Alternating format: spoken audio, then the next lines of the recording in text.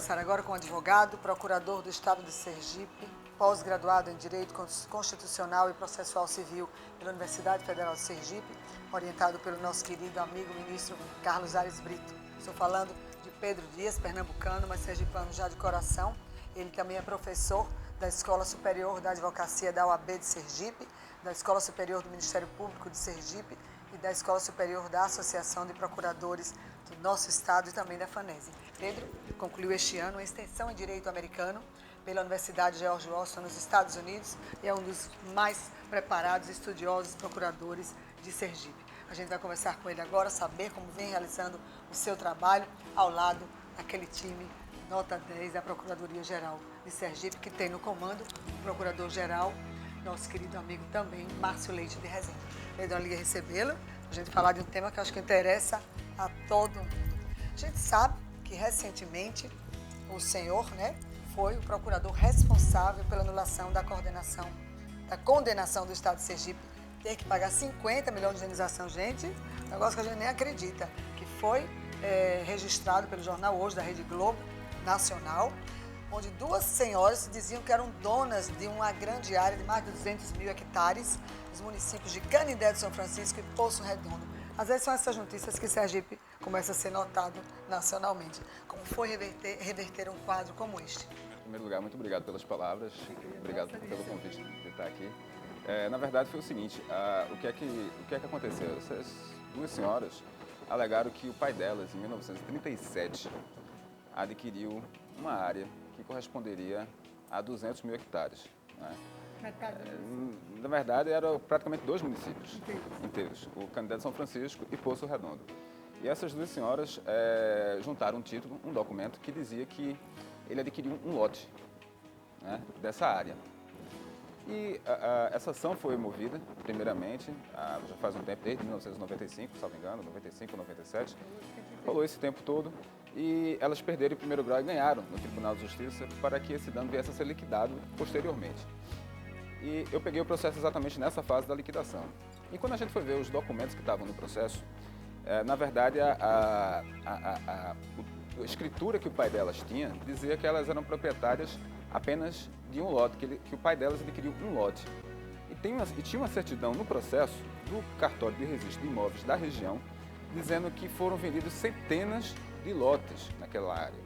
Então seria mais ou menos a mesma coisa de eu dizer, olha, meu pai há 60 anos atrás, vamos supor, comprou um lote em um condomínio aqui de Aracaju, vamos supor, naquela região do Mosqueiro, que está tendo vários lotes. E aí, 60 anos depois, eu digo, olha, ele comprou, foi todos, não foi um não, foi todos. E aí pede a indenização em cima de todos esses lotes. E elas ganharam? Elas ganharam no Tribunal de Justiça para que fosse liquidado o tamanho desse dano. Só que antigamente as escrituras públicas elas não eram muito precisas. Né? Elas se aproveitaram disso para dizer que era a área toda. E, em verdade, nos próprios documentos que estavam no processo, demonstravam que não era a área toda. E aí, aqui a gente faz um agradecimento de pleno aos desembargadores Gilson Félix, Ricardo Múcio e Yolanda Guimarães, porque eles tiveram a hombridade e eles foram, nesse caso, juízes de verdade, que eles observaram o processo, observaram os detalhes, para evitar que o Estado de Sergipe fosse condenado a pagar uma quantia que absurdamente... isso seria um enriquecimento ilícito. Na verdade, essa vitória não foi só da Procuradoria, não foi só do Estado, foi de todos nós. Porque 50 milhões de reais, são 50 milhões, que são 50 milhões oriundos do seu ICMS que você paga, do meu ICMS, de todo o dinheiro, exatamente, de toda a verba do sergipano que estava aqui em discussão. Para você ter uma ideia, a gente está fazendo um grande esforço agora, o governador Jackson, para obter um empréstimo no valor de 100 milhões. Né? 50 ia pagar para as pessoas ilegalmente. Em 5 anos, esses 50 milhões dobram. Então, na verdade, esses 50 milhões em 5 anos seriam 100 milhões de reais. Uma grande vitória, né? Foi uma grande vitória da Procuradoria. Pedro, e essa matéria sair na Rede Globo, isso faz bem para o Estado ou não? Na verdade, o que saiu na Rede Globo foi o contrário, foi a vitória delas. Foi a vitória delas há mais ou menos uns 2, 3 anos atrás, em que apareciam elas como as proprietárias desses dois municípios. E desde o começo que eu peguei o processo, eu fiz isso daqui isso daqui não merece acontecer com o Estado, mesmo alguns colegas dizendo, rapaz, a causa está perdida. Eu disse, não, a gente vai levar isso adiante, a gente vai ter todo o cuidado. Fomos condenados em primeiro grau a 42 milhões de reais e a gente disse, não, vamos para o Tribunal de Justiça. E aqui a gente quer agradecer de público aos 3 desembargadores que tiveram a coragem de olhar realmente o que estava se passando por dentro do processo, a verdade do processo. Com seriedade, com ética, né? Com certeza. Maravilha. E o que mudou com a decisão do Supremo Tribunal Federal com relação à região metropolitana de Aracaju, que isso continua aí nessa discussão? Esse é um tema que é muito interessante para a gente. Aqui eu queria agradecer a doutora Lúcia Falcon, que ela fez um seminário há umas 2 semanas atrás sobre essa questão da região metropolitana e a gente foi obrigado a estudar diversos assuntos, diversas decisões judiciais sobre a região metropolitana. E a gente descobriu o seguinte, que praticamente tudo que estava sendo feito em Sergipe, no que se refere à região metropolitana, estava errado. O Supremo Tribunal Federal deu uma decisão em que, por exemplo, a nossa lei é de 1995, a lei da região metropolitana de Aracaju. E a nossa lei dizia que para que os municípios Aracaju, São Cristóvão, Barra dos Coqueiros e Socorro se integrassem nessa região metropolitana, era necessário que as suas câmaras de vereadores fizessem a anuência, né? E isso empacou a região metropolitana, né? Não anda, né? Não anda. A região metropolitana... Essa briga de política. Fica exatamente. As câmaras não querem aceitar porque vão ter que se submeter toda a administração dos serviços públicos de interesse em comum, como, por exemplo, transporte público. Toda essa administração passa a ser da região metropolitana, não mais dos municípios de forma isolada. Disputa política. Vira disputa política e sabe, ninguém vai aceitar. Só que o Supremo entendeu que basta a lei complementar estadual criar. E essa lei existe desde 95. Então a região metropolitana, por conta dessa decisão do Supremo, ela já está implantada desde 1995 em Aracaju, na Grande Aracaju. Falta apenas a gente discutir quais vão ser os serviços de interesse comum. E na prática, como é que isso vai funcionar? Como é que isso vai funcionar? O que é que a gente está identificando na região metropolitana de Aracaju? A gente está verificando uma coisa que acontece não só em Sergipe, como também no Brasil todo, como acontece em Pernambuco, com a região metropolitana do Recife, como acontece em Salvador, na região metropolitana de Salvador, São Paulo e assim por diante.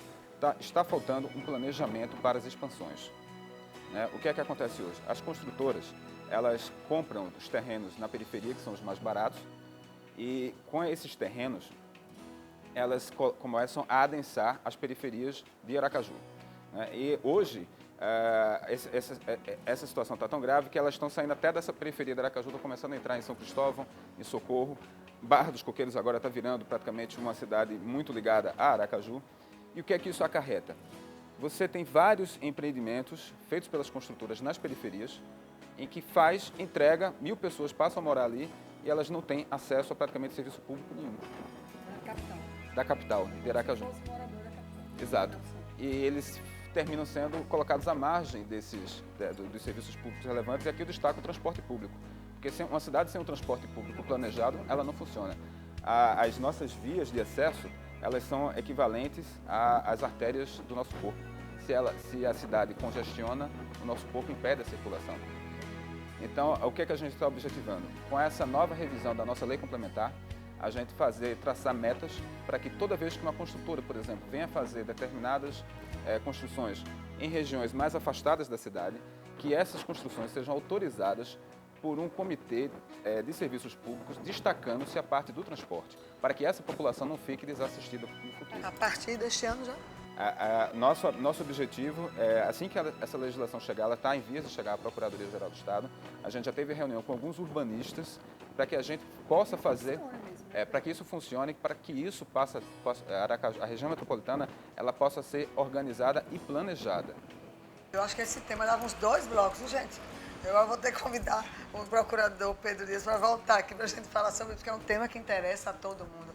E essa briga da Avenida Beira-Mar?